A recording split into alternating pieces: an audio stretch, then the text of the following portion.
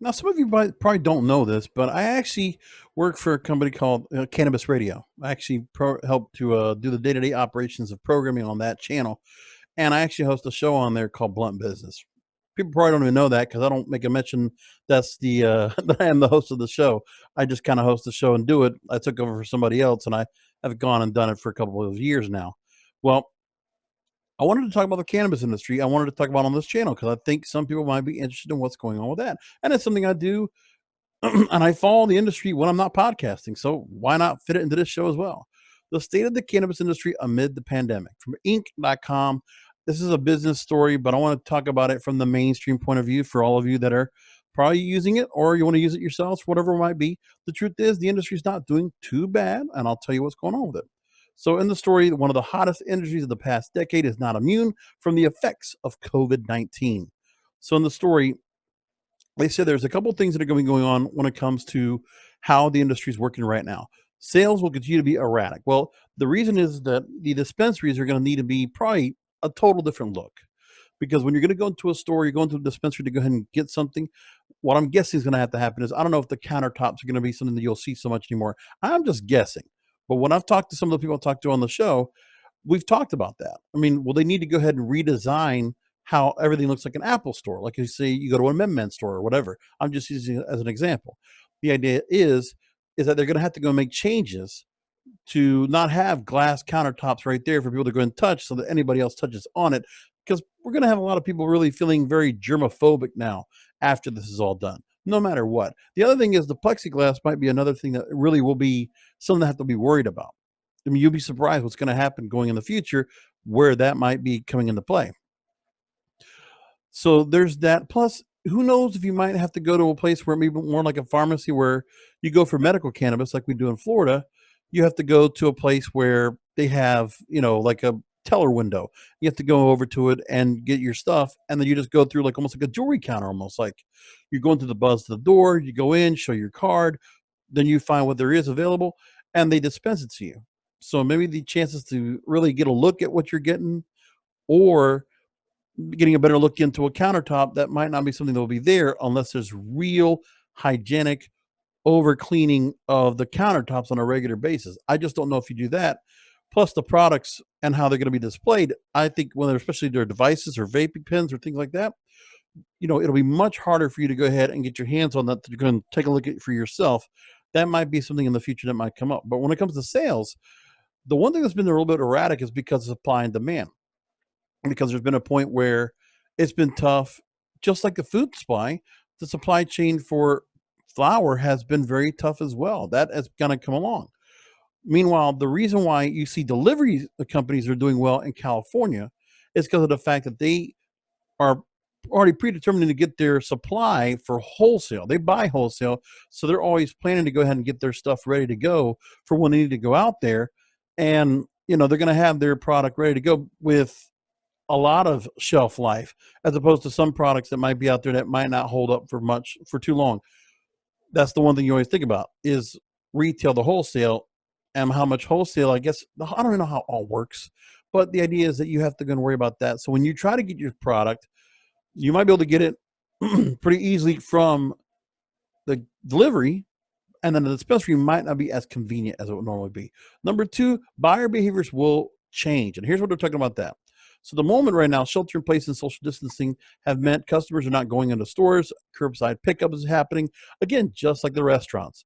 And just like, say even pharmacies. The thing is, you're not going into the store now. There's no way to go in there and kind of, you're not loitering, but you're just not in there just to go and linger around and shop around. You can't do it at the moment.